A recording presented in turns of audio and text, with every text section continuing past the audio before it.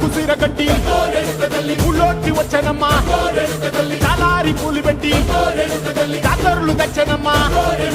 తంగేరు పూలు పెట్టి కంకాణ దూకేనమ్మా ముక్కు ముక్కెర పెట్టి ముల్లోకాల నెలదమ్మా ముందార చూడంగా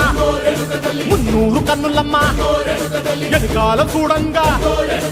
ఏనూరు కన్నులమ్మా సాధు సిద్ధులంతా సాగిల పడ్డరమ్మా